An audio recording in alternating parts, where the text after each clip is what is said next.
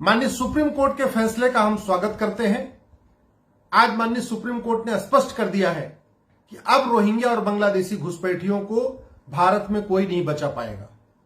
माननीय कोर्ट ने कहा है कि सरकार जो प्रोसीजर है डिपोर्ट करने का उसको फॉलो करे और जो रोहिंग्या की मांग थी कि उनको यहां पे रोका जाए, उनको रिफ्यूजी का दर्जा मिले, उनको रोटी कपड़ा मकान मिले, उनको वापस न भेजा जाए, वो सारी मांग सुप्रीम कोर्ट ने खारिज कर दिया है।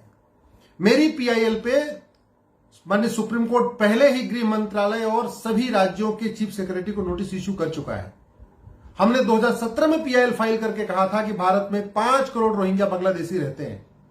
ये हमारे हिस्से का रोटी कपड़ा मकान छीन रहे, ये हमारे हिस्से का रोजगार छीन रहे, ये रोहिंग्या और बांग्लादेशी भारत में क्राइम बढ़ा रहे हैं, चोरी लूट झपटमारी कर रहे हैं, ये रोहिंग्या और बांग्लादेशी भारत में जनसंख्या विस्फोट कर रहे हैं। इसलिए इनको वापस भेजना बहुत जरूरी है।